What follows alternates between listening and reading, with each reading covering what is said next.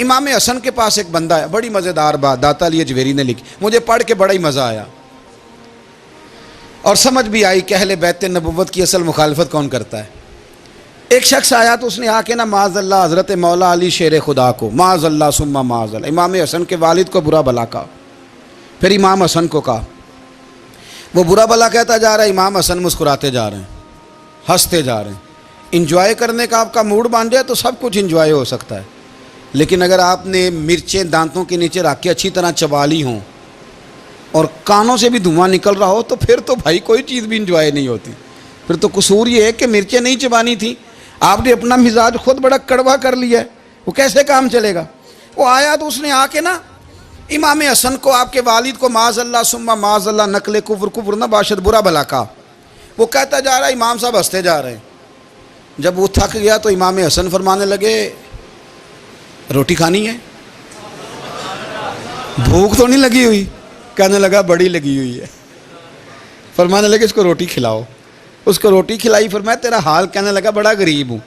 ایک پیالے میں چاندی بھر کے امام حسن نے اسے دی، اور جب اس کو دے دی نا تو غور سے چہرہ دیکھنے لگا، کہنے لگا آپ کا حلم دیکھ کے، سخاوت دیکھ کے مجھے یقین آ گیا ہے کہ آپ واقعی خون رسول ہیں۔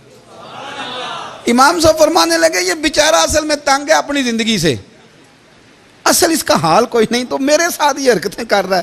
تو یہ آپ سمجھیں اس بات کو، کچھ لوگ بیچارے ویسے ہی تنگ ہوتے ہیں، پریشان ہوتے ہیں، ویسے ہی بلا وجہ معاملہ ہی کوئی نہیں۔ امام حسن رضی اللہ تعالیٰ عنہ نے ہمیں سبق دیا ہے۔ وہ علامہ اقبال کہتے ہیں کہ ایک مولانا نا میرے سامنے نا ایک بھوکے آدمی کو سامنے بٹھا کے تو حدیث پاک کا درس دے رہے تھے۔ وہ بندے کو بھوک بڑی لگی ہوئی تھی، وہ درس دیتا جا رہا ہے۔ تو اقبال کہتے ہیں میں نے اسے کہا کہ فاقہ کش کو درس شریعت سے کیا غرض، اس کے شکم کی آگ کو تو روٹی چاہیے، وہی سے روٹی کھلا، اسے تیری کوئی سمجھ نہیں آ رہی، تو بھوک لگی ہوئی ہے، پہلے کھانا کھلا لے پھر ذرا اس کے ہوش ٹھکانے آئیں گے، پھر اسے دین کی بات بتانا۔ ہم لوگوں کا ذہن نہیں سمجھتے کہ بندہ کس قسم کا ہے۔ سارے ہی صحابہ حیا والے تھے، سارے ہی اکرام والے تھے، پر حضور سید عالم صلی اللہ علیہ وسلم کی پیاری زوجہ حضرت عائشہ صدیقہ رضی اللہ تعالیٰ عنہ فرماتی ہیں کہ میں حضور کے گھر میں پردے کے پیچھے دیکھ رہی تھی، نبی کریم آرام فرمائیں تو حضور کی نا تہمت مبارک پنڈلیوں سے ذرا اونچی ہو گئی، پنڈلیوں سے ٹخنوں تک مرد کا چھپا ہوا ہو تو وہ جائز ہے، اس سے نیچے ننگا نہیں کرنا چاہیے، اوپر اس سے ٹخنوں سے اوپر، نیچے ہو بھی جائے تو خیر ہے۔ حضور کی پنڈلیاں نا تھوڑی سی چادر ہٹی ہوئی تھی، پنیاں کہتے ہیں ہم پنجابی میں، پنڈلیوں سے ذرا چادر ہٹ گئی، حضور لیٹے رہے آرام فرما رہے۔ فرماتی ہیں باہر دستک ہوئی، حضور نے فرمایا کون ہے؟ عرض کی ابو بکر صدیق ہوں یا رسول اللہ، اجازت ہو تو حاضر ہو جاؤں؟ حضور نے فرمایا آ جاؤ۔ کہتے ہیں حضور لیٹے رہے، حضرت ابو بکر آئے، بات چیت ہونے لگی۔ تھوڑی دیر کے بعد پھر دستک ہوئی، کون ہے دروازے پہ؟ یا رسول اللہ عمر بن خطاب ہوں۔ فرمایا آ جاؤ، آ گئے، بات چیت ہوتی رہی۔ تھوڑی دیر کے بعد عثمان غنی آئے، یا رسول اللہ آ جاؤں؟ فرمایا عثمان ذرا ٹھہر۔ حضرت عثمان ٹھہر گئے، نبی کریم اٹھ کے بیٹھے، چادر مبارک پنڈلیوں کے گرد لپیٹی، اپنے کرتے کو سیدھا فرمایا، کہا عثمان آ جاؤ۔ تو عثمان آئے، بات چیت ہوئی، چلے گئے۔ سیدہ کہتی ہے میں نے پوچھا یا رسول اللہ عثمان تو بڑی ٹھنڈی طبیعت کا بندہ ہے، وہ تو بڑا میٹھا آدمی ہے حضور، کوئی جاہو جلال نہیں، کوئی بات نہیں، کوئی، وہ تو بڑا پیارا ہے۔ عمر آئے تو آپ لیٹے رہے، ابو بکر آئے تو آپ لیٹے رہے، تو عثمان؟ حضور فرمانے لگے عائشہ عثمان سے تو فرشتے بھی حیا کرتے ہیں، عثمان سے تو فرشتے بھی حیا کرتے ہیں، تو میں نہ حیا کروں؟ آپ اس بات کو سمجھیں، غور کریں کہ اگر ان کی طبیعت اس طرح کی ہے کہ وہ کہتے ہیں کہ وجود زیادہ چھپا ہوا ہونا چاہیے، تو نبی پاک نے ان کی طبیعت کا خیال کیا ہے، حضور نے ان کے مزاج کا۔ تو آپ کو نہیں پتا کہ ابا جی آپ کے کیا سوچتے ہیں، کیا چاہتے ہیں؟ آپ کو نہیں پتا آپ کے استاد کا مزاج کیا ہے؟ آپ کو نہیں پتا آپ کے مرشد کامل کی طبیعت کس طرح کی ہے؟ وہ کن باتوں میں راضی ہوتے ہیں، کن میں ناراض ہوتے ہیں، ہمیں سارا پتا ہوتا ہے، لیکن ہم چاہتے ہی نہیں صحیح کرنا معاملات کو۔ ہم اپنے وجود پر تھوڑا سا بوجھ ڈالنا ہی نہیں چاہتے، اپنی طبیعت کو تھوڑا سا تکلیف دینا ہی نہیں چاہتے۔ حضرت صدیق اکبر رضی اللہ تعالی، مالدار آدمی، کروڑوں پتی شخص، لیکن انہوں نے نا ایک موقع پہ پھر ٹاٹ کا لباس بھی پہن لیا۔ تو کسی نے ان سے کہا ابو بکر یہ کیا؟ فرمانے لگے نبی کریم کو میرے آقا کو غریبی پسند ہے تو ابو بکر غریب بن گیا ہے. ختم ہو گئی. جے سونا ہی میرے دکھ وچ راضی تے میں سکھ نو چلے ڈاواں. ٹھیک ہو گئی بات. وہ جس حال میں رکھے اس حال میں راضی رہنا ہے. یہ جو مزاج ہے نا ہمارا کہ میں ڈھلنا نہیں چاہتا, میں بدلنا نہیں چاہتا, ہم تو غلام ہیں پھر بھی نہیں بدلتے. تھوڑا سا خیال کریں.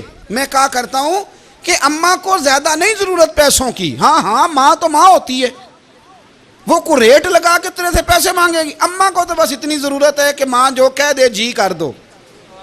ماں کو تو اتنی ضرورت ہے کہ 2 منٹ رات کو بیٹھ جاؤ پیروں میں, اماں لا تیرے پیر دبا دوں, اتنا ہی کافی ہے. وہ کہے گی ہو میرا پتر بڑا چنگا. اللہ وہی انج دی اولاد سارے نو دے وے. او بھائی ایسے کر دے. وہ تو سویرے پورے محلے کو ابا جی کو کوئی نہیں ضرورت تیرے پیسوں کی. ہاں نا ان کو تو ضرورت ہے. تو کبھی کبھی تو ان کو موٹر سائیکل پہ بٹھائے اور کہ ابا جی منڈی جانا تھا, میرا دل تھا کٹھے چلیں گے, آئیں ذرا پیار سے چلتے ہیں. کبھی ان سے پیار کرے, کبھی کہے ذرا کندھے نہ دباؤں. او یارو اس کی ضرورت ہے. نہیں ضرورت مرشد کامل کو کسی کے پیسوں کی. نہ اللہ جانتا ہے جو کامل آدمی ہوتا ہے اسے ضرورت ہی نہیں ہوتی. اسے تو اتنی ضرورت ہوتی ہے کہ اس نے کہہ دیا سیانے بن جاؤ تو سیانے بن جاؤ. اس نے کہہ دیا نیک ہو جاؤ تو نیک. اس نے کہا ہے کہ آج آ جانا تو پھر. اور نہ یار کہاں ضرورت ہے تیری. میں اتنا ہی بڑا. ہم لوگ دوسروں کے بارے میں سوچتے ہی نہیں. بس میں مجھے سکون دو, میرے مطابق ڈھل جاؤ, میری بات کرو. اور نہ یارو میرے رسول کریم, میرے نبی رحمت سرور دو عالم صلی اللہ علیہ وسلم دوسروں کا خیال کرتے, ان کے مزاجوں کا خیال کرتے, ان کی طبیعت کا خیال کرتے, ان کے معاملات کو دیکھتے. میرے رسول پاک علیہ السلام تو دیکھتے کون شخص کس طرح کا ہے, کس رویے کا ہے, کس انداز کا ہے. اس کو اس کے مطابق عزت دیتے, وقار دیتے, نواز دیتے. اس شخص کا اس طرح کا اکرام کرتے. میرے نبی کریم صلی اللہ علیہ وسلم فرماتے ہیں میں نے معراج کی رات میں نے جنت میں ایک محل دیکھا. میرا دل کیا میں اندر سے جا کے دیکھوں, پر اس کے دروازے کے قریب گیا تو عمر فاروق کا نام لکھا تھا. فرماتے ہیں میں نے کہا عمر ذرا طبیعت کا سخت ہے. تو اس نے کہنا ہے قانون یہ ہے کہ پہلے اجازت لو پھر کسی کے گھر جاؤ. چلو ہم نہیں جاتے, عمر سے پوچھ کے چلے جائیں گے. گھر جو عمر کا ہے. نہیں آپ کو سمجھ آئی میری بات کی یار, نہیں سمجھے. جن کے قدموں کے صدقے گھر ملا ہے, اگر وہ یہ خیال کرتے ہیں کہ سامنے والے سے پوچھ لینا چاہیے, نہیں آپ نہیں سمجھے. او بھائی جن کے برکت سے وہ مکان ملا ہے, اگر وہ مزاج کا اتنا خیال رکھتے ہیں تو پھر مزاج رسول کا بھی تو خیال ہونا چاہیے نا.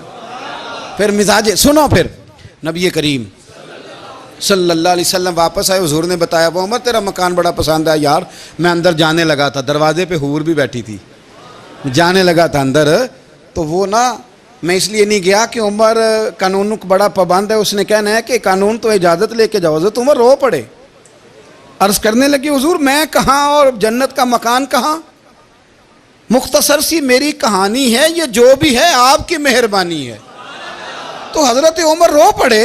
لیکن میرے رسول کریم صلی اللہ علیہ وسلم اب اتنا حضور خیال کرتے تو جناب عمر پتہ کون تھے. جرت نہیں تھی کسی مائی کے لال کی کہ عمر کے سامنے کھڑا ہو سکے. ہاں جس کے سامنے شیطان نہ ٹھہر سکے, نکل جاتا ہے شیطان بھی.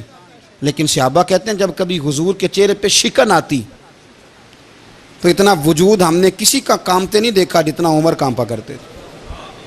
کبھی طاری ہوتی تھی. وہ دلیر میں کہیں اور ہوں, یہاں تو میں غلام ہوں, یہاں تو میں نوکر ہوں. دعا منگیا کرو سنگیو کتے مرشد نہ روس جاؤ. رو پڑتے. اور طریقہ کیا ہوتا, زمین پہ کونیاں رکھ کے نا, کونیاں گھٹنے, اب میں آپ کو کر کے کیسے دکھاؤں, حدیث صحیح میں موجود. یہ کونیاں زمین پہ رکھ کے نا, جیسے بچے نہیں چلتے, کونیاں دونوں زمین پہ حضرت عمر رکھ دیتے اور یوں کونیاں رکھ کے تو یوں ہاتھ باندھ دیتے حضور کے سامنے, نیچے کونیاں اور ہاتھ باندھتے اور پھر روتے. جب حضور ناراض ہوتے تو کسی اور سے ناراض ہے نبی پاک, عمر سے نہیں, تو یوں دونوں ہاتھ بچھا دیتے, یوں ہاتھ باندھتے اور کہتے رضیت باللہ ربا وبالاسلام دینم ونبینا محمد صلی اللہ علیہ وسلم. یا رسول اللہ میں بڑا راضی ہوں کہ اللہ میرا رب ہے. حضور میں بڑا راضی ہوں, حضور میں بڑا راضی ہوں کہ اسلام میرا دین ہے. و محمد نبیم و رسولہ, اور میں بڑا راضی ہوں کہ اللہ نے محمد کو نبی اور رسول بنایا ہے. حضور بڑا راضی ہوں، مہربانی فرما، بڑا راضی.